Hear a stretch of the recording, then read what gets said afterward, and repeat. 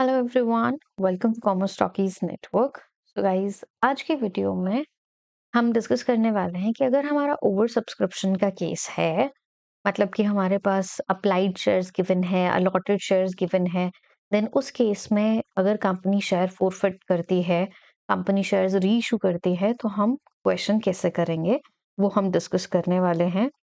Interesting topic है, तो please ध्यान से समझना एंड प्लीज मेक श्योर कि आप प्रीवियस सारी वीडियोस देख लो ताकि आपको बेसिक कॉन्सेप्ट क्लियर हो जाए। ठीक है, सीधा अगर आप 11th वीडियो पे जंप करोगे तो आपको स्टोरी समझ में नहीं आएगी कि क्या चल रही है। ऐसा होता है ना कि अगर हम कोई वेब सीरीज देख रहे हैं और सीधा अगर हम 6th 7th एपिसोड देखने बैठेंगे तो हमें पता ही नहीं चलेगा कि उनकी स्टोरी क्या है, क्या चल रहा है, तो कनेक्ट नहीं कर पाता हम। ठीक है, क्वेश्चन अज्यूम करते हैं और क्वेश्चन सॉल्व करते हैं। हमारा लेट्स से पर्सन है राम। तो क्वेश्चन में इंफॉर्मेशन है कि राम ने अप्लाई किए थे 2000 शेयर्स के लिए। प्रीमियम का केस है, 10 रुपीज का शेयर है, 2 रुपीज हमारा प्रीमियम। राम को कंपनी ने अलॉट किए 1000 शेयर। ठीक है, 1000 शेयर्स अलॉटेड है। अब इंफॉर्मेशन है, एप्लीकेशन है 3 रुपीज की जो राम ने पे कर दी। उसके बाद राम ने अलॉटमेंट पे नहीं की, 4 रुपीज की अलॉटमेंट है including premium. It means 2 rupees of premium, 2 rupees on allotment. Then उसके बाद राम ने फर्स्ट एंड फाइनल कॉल। कितने रुपए की होगी फर्स्ट एंड फाइनल कॉल? अगर हमारे पास क्वेश्चन में गिवन है दैट इज बैलेंस, कैसे कैलकुलेट करोगे कि भाई 10 रुपीज का शेयर है, 3 + 2 5, तो रिमेनिंग 5, राइट। तो राम ने ये दोनों चीजें पे नहीं करी। क्वेश्चन में ये इंफॉर्मेशन हमारे पास गिवन है। उसके बाद कंपनी ने उसके शेयर फोरफिट कर दिए एंड वो सारे शेयर्स री इशू कर दिए, 8 पर share as fully paid up. It means fully paid up मतलब अब हमें अज्यूम करना है 10 रुपीज का शेयर है और 8 में इशू करा, तो बताओ पार, प्रीमियम, डिस्काउंट। 10 रुपीज की चीज 8 रुपीज में इशू किए, इट मीन्स 2 रुपए कंपनी ने डिस्काउंट दिया। ये हमें एंट्रीज पास करनी है। तो हम जर्नल एंट्री कैसे बनाएंगे उससे पहले हम अपनी वो टेबल समझते हैं जिसमें हम सारा डेटा फिल करते हैं। वो सारा डेटा कैसे फिल करेंगे देख लेते हैं। तो basically shares applied, allotted, excess share, excess money, money adjusted on application। अब ये हमारी allotment, first and final call and bank। ठीक है, तो हम मेंशन कर लेते हैं ये shares applied, allotted, excess share, excess money, money, actual money on application, money which is adjusted on allotment, money adjusted on first and second call and bank account। अगर हम वापस कर रहे हैं तो ये एडजस्टमेंट टेबल हमने ओवर सब्सक्रिप्शन वाली वीडियो में बनानी समझ ली थी। शेयर होल्डर ने अप्लाई करे 2000 शेयर, उसको अलॉट हुए 1000, एक्सेस शेयर 1000, एक्सेस मनी उसने 3 रुपए पे करी है, तो access share into 3, excess money है 3000। एप्लीकेशन पे कितने दिए? 1000 के अकॉर्डिंग एक्चुअल एप्लीकेशन मनी उसकी बनती है 3000, है ना। आगे अलॉटमेंट पे अब हम देखते हैं मनी ड्यू कितनी है। तो बेसिकली अलॉटमेंट पे हमारे 2+2 है। अगर हम देखें अलॉटमेंट की और प्रीमियम की, ठीक है, तो 2+2 मतलब 4। 1000 शेयर उसके पास है, 4 के अकॉर्डिंग 4000 उसकी ड्यू होता है, एक्सेस मनी 3000 हमारी है, तो वी कैन एडजस्ट 3000 रुपीज। तो इसका मतलब उसने 1000 रुपीज की पेमेंट नहीं की है अलॉटमेंट की। तो देखो कि उसकी 2000 अलॉटमेंट की वैल्यू बनती है, 2000 प्रीमियम की बनती है। अगर हमारा इस टाइप का क्वेश्चन आता है, आपको क्या अज्यूम करना है कि उसने 3000 जो पेमेंट कर रखी है, जो हमने मनी एडजस्ट करी, वो 2000 रुपए उसने अलॉटमेंट के दे दिए और out of 2000 of security premium he just paid 1000 for premium. तो आप पहले इंस्टॉलमेंट एडजस्ट करोगे, प्रीमियम पे नहीं किया है 1000 रुपीज, हम ये अज्यूम करेंगे हम यहाँ पे, ठीक है, कि उसने सिक्योरिटी प्रीमियम 1000 रुपीज नहीं दिया है। हमें यहाँ पे ये चीज अज्यूम करनी है। क्लियर है इतना? सारी वैल्यू कंप्लीट हो गई। अब हम जर्नल एंट्री बनाएंगे। तो जर्नल एंट्री हम बनाएंगे तो हम मेंशन करेंगे share capital account debit, security premium account debit, क्योंकि हमने क्या निकाला कि उसने 1000 रुपीज प्रीमियम नहीं दिया है भाई। उसने ऑब्वियसली कि हमें मेंशन करना है अलॉटमेंट का, अलॉटमेंट पे कितनी वैल्यू नहीं दी, उसने first and second call payment नहीं की, और उसने कितना वैल्यू पे कर दिया टू फोरफिटेड शेयर। तो देखो कितने शेयर्स थे, 1000 शेयर्स अलॉटेड थे, 10 रुपीज हमारी कॉल्ड अप वैल्यू थी, तो 10,000 हमारी कॉल्ड अप थी। अलॉटमेंट के 1000 रुपीज शेयर होल्डर ने पे नहीं किए, और 1000 शेयर पे 500 के अकॉर्डिंग 5 के अकॉर्डिंग 5000 उसने फर्स्ट कॉल के नहीं दिए, तो 11 माइनस 6 मतलब उसने 5000 रुपीज ऑलरेडी पे कर दिए। ठीक है, इतना क्लियर है क्वेश्चन। उसके बाद क्वेश्चन में हमें बोला कि शेयर री इशू किए हैं, तो री इशू अगर हम करेंगे तो हम मेंशन करेंगे bank, right, bank account debit.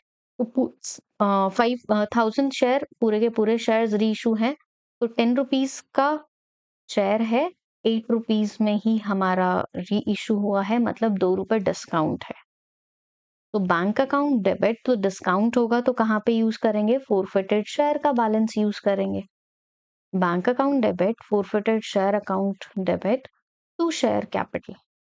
तो 1000 शेयर पे 10 रुपीज हमने अज्यूम, 10 रुपीज का शेयर हमारा है, 8 रुपीज के अकॉर्डिंग मनी कलेक्ट हुई 8000, और 2000 रुपीज का हमारा डिस्काउंट।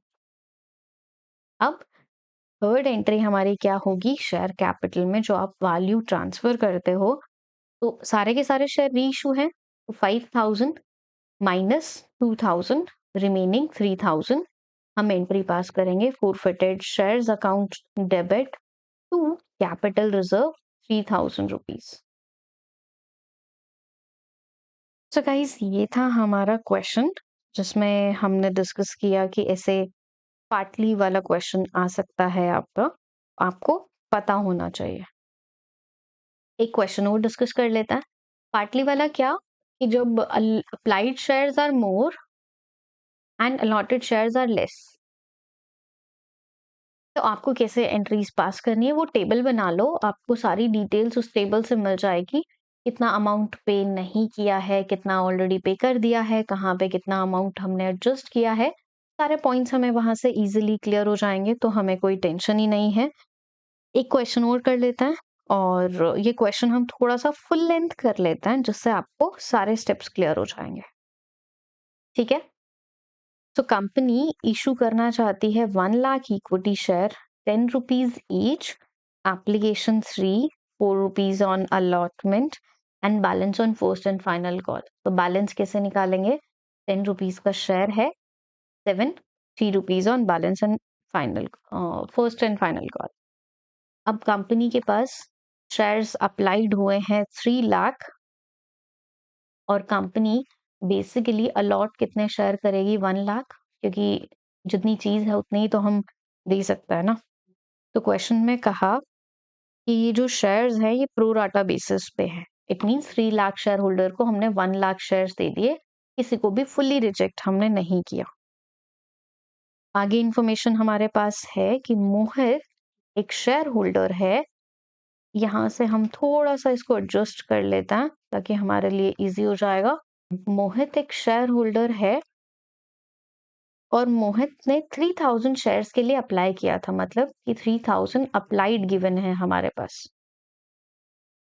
उसने कॉल मनी पेमेंट नहीं करी, फर्स्ट एंड फाइनल कॉल, उसके बाद कंपनी ने उसके शेयर फॉरफिट कर दिए, और कंपनी ने फिर ये शेयर री इशू किए हैं एट 8 पर शेयर फुली पेड अप, मतलब 10 रुपीज का शेयर है, 8 पे इशू किया, तो कंपनी ने डिस्काउंट पे इशू किए हैं, राइट। ये क्वेश्चन हमारा है, और हमें जर्नल एंट्रीज पास करनी है। फुल लेंथ क्वेश्चन है, ओवर सब्सक्रिप्शन भी है, कोर फीचर भी है, और हमारा री इशू भी है, सारा क्वेश्चन है। पहले हम वो टेबल बना लेते हैं जिससे हमें सारा डेटा मिल जाएगा। Shares applied, shares allotted, access share, excess money, money on application, allotment, first and final call and bank. Shares applied, shares allotted, excess share, excess money, actual money on application, allotment, the amount which we adjusted on the allotment, post and final call पे कितना adjust कर रहे हैं, and bank से कितना refund कर रहे हैं। अब देखो इन लोगों की एक्सेस मनी है, ऑब्वियसली एक्सेस मनी है। Question is silent about the treatment, कि आपको क्या ट्रीटमेंट करना है। अगर हमारा क्वेश्चन साइलेंट है कि हमें क्या ट्रीटमेंट करना है, तो हम ट्रीटमेंट क्या करेंगे, हम मनी को पहले प्रॉपरली एडजस्ट करेंगे अलॉटमेंट पे, और रिमेनिंग मनी को हम बैंक से रिफंड कर देंगे। ये हम ऑलरेडी बेसिक कॉन्सेप्ट में समझ चुके हैं। If question is silent, if no information is given like what we have to do with the excess money, then we will adjust the excess money on allotment and remaining balance will refund by bank. Got it? Let's do this. Shares applied है 3 lakh, allotted है 1 lakh, excess shares कितने 2 lakh, excess money कितनी application के according 6 lakh is the excess money. Actual application money तो 1 lakh shares allot हुए हैं 3 के according, company को 3 लाख ही application money receive होगी। Money which is due on allotment, तो 1 लाख शेयर होल्डर 4 के अकॉर्डिंग पे करेंगे, तो 4 लाख हमारी मनी ड्यू होगी अलॉटमेंट पे। एक्सेस मनी कितनी है 6 lakh, so out of 6 lakh we can adjust 4 lakh, तो ये 4 लाख हमने एडजस्ट कर लिया, एंड रिमेनिंग का 2 लाख रुपीस हम बैंक से रिफंड कर देंगे। ये रिमेनिंग हमारा 2 लाख हमने बैंक से रिफंड कर दिया। ये हमने बेसिक ट्रीटमेंट किया है। अब मोहित वाला केस भी कर लेते हैं कि पर्सन मोहित के पास 3000 अप्लाइड शेयर्स हैं।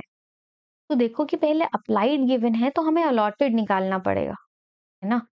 आपके पास अप्लाइड गिवन है 3000, आपको अलॉटेड शेयर कैलकुलेट करना है, और ऊपर किस कैटेगरी में ये डेटा है वो गिवन है हमारे पास। तो हम कैसे करते हैं कि 3 लाख जिन्होंने अप्लाई करा उनको 1 लाख मिले हैं, तो जिन्होंने 1 शेयर के लिए अप्लाई करा तो 1 लाख बाय 3 लाख, जिन्होंने 3000 शेयर्स के लिए अप्लाई किया इनटू 3 लाख, राइट। तो मतलब मोहित को 1000 शेयर्स अलॉटेड है। ये चीज भी हम कैलकुलेट ऑलरेडी समझ चुके हैं। तो ये हम कैलकुलेशन क्यों कर रहे हैं, क्योंकि क्वेश्चन में हमें कहा है कि फर्स्ट एंड फाइनल कॉल नहीं दी है। तो देखा जाए तो फर्स्ट एंड फाइनल कॉल अगर उसने नहीं दी है तो इसकी कैलकुलेशन की हमें जरूरत नहीं है, बस हमें नंबर ऑफ अलॉटेड शेयर्स मिलने चाहिए, क्योंकि अमाउंट तो हम एक्सेस अमाउंट सिर्फ अलॉटमेंट पे एडजस्ट कर रहे हैं, पोस्ट एंड फाइनल कॉल पे हम कुछ भी एडजस्ट नहीं कर रहे हैं। ठीक है, आगे क्वेश्चन कर लेते हैं, जर्नल एंट्री बनाते हैं हम। First entry, bank account debit to share application, value कितनी आएगी 3 लाख शेयर्स के अकॉर्डिंग 3 का पैसा मिला है कंपनी को, 9 लाख रिसीव हुआ है amount. Then next entry, share application account debit to share capital, आपने एक्सेस मनी को अलॉटमेंट पे एडजस्ट किया, यस। टू शेयर अलॉटमेंट, क्या आपने एक्सेस मनी बैंक से रिफंड की, यस टू बैंक। तो ये 9 लाख है। शेयर कैपिटल में कितना पैसा आएगा 1 लाख इंटू 3, कि भाई actual application money is 3 lakh, amount which we adjusted on the allotment 4 lakh, पीछे टेबल के अकॉर्डिंग डेटा चेक करके फिल कर लेता है। बैंक में कितना पैसा रिफंड किया हमने 2 lakh rupees, done. Allotment due करेंगे, उसके बाद एंट्री क्या बनेगी, share allotment account debit to share capital, तो 1 लाख इंटू 4 लाख, रिसीव करेंगे money bank account debit to share allotment 4 lakh receive कर लेंगे, क्योंकि सबने पे करी है।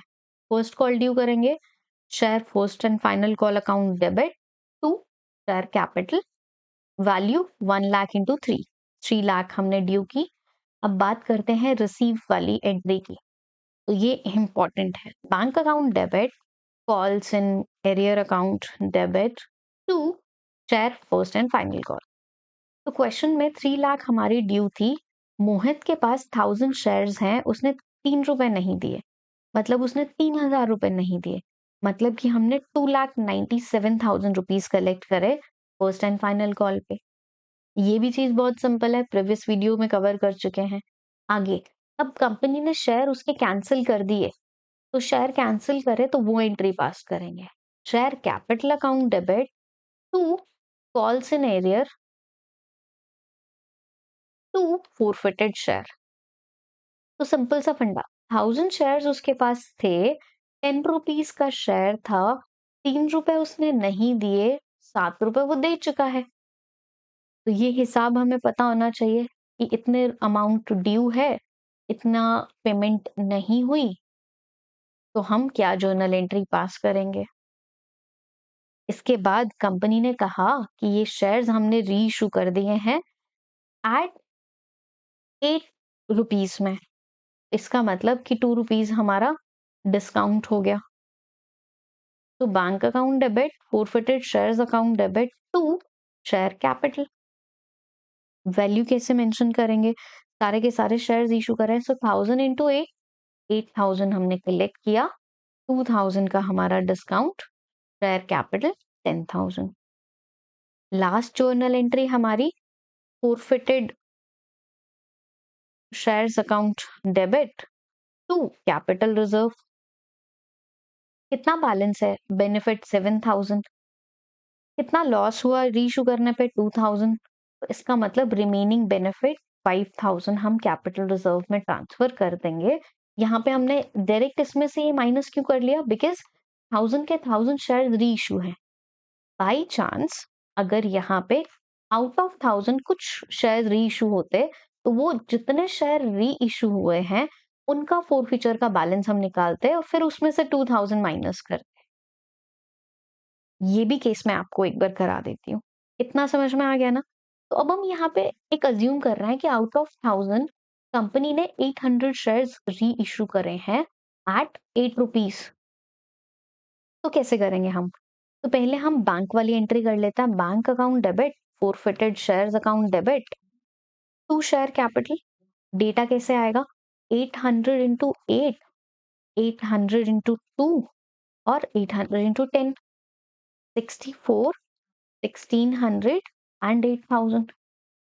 तो अब देखो कि 1000 शेयर्स पे फोरफीचर में बैलेंस है 7000, तो मे बी ये पॉइंट्स में आएगा बट इट्स ओके। 1 शेयर पे दिस और 800 शेयर पे दिस नहीं आया पॉइंट्स में, तो 5600 रुपीज का आपका 800 शेयर का बैलेंस है फोरफिटेड अकाउंट, फोरफिटर में। तो अब हम कैसे करेंगे, अब देखो 800 शेयर पे फोरफिटेड में आपका क्रेडिट बैलेंस है 5600। जब आपने वो शेयर री इशू करे तो लॉस हुआ 1600, तो इट मींस रिमेनिंग बैलेंस ये आप कैपिटल रिजर्व में ट्रांसफर कर दोगे। ठीक है, तो 4000 आप कैपिटल रिजर्व में डालोगे, तो एंट्री आप क्या बनाओगे, forfeited shares account debit to capital reserve 4000 rupees. So guys I hope कि आपको अब ओवर सब्सक्रिप्शन के साथ में शेयर्स अगर हम फोरफिट कर रहे हैं, पूरे के पूरे शेयर्स री इशू कर रहे हैं या 800 शेयर्स री इशू कर रहे हैं, तो दोनों केसेस में ही क्या कैपिटल रिजर्व में वैल्यू आएगी और सारा क्वेश्चन फुल लेंथ कैसे करेंगे ये क्लियर है। आपके एग्जाम में इसी टाइप के क्वेश्चन पूछा जाता है। अपकमिंग वीडियो में मैं आपको एक प्रीवियस ईयर क्वेश्चन की सेपरेट वीडियो बना लूंगी, जिससे आपको पता चल जाएगा एग्जैक्ट कंपनी अकाउंट से कैसे क्वेश्चन आपसे पूछे जाते हैं, वो आपको क्लियर हो जाएंगी चीजें। ठीक है, वीडियो आपको अच्छी लगी है तो प्लीज लाइक कर दीजिए, अपने फ्रेंड्स के साथ भी शेयर कर दीजिए और हमारे चैनल को सब्सक्राइब कर लीजिए, because accountancy, economics, BST, important important topics की हम सेपरेट प्लेलिस्ट बना लेंगे। ठीक है, तो गाइज हम मिलते हैं हमारी नेक्स्ट वीडियो में। Till then stay tuned and सीखते रहो, सारे टॉपिक्स क्लियर करते रहो, एग्जाम में अच्छे मार्क्स आएंगे।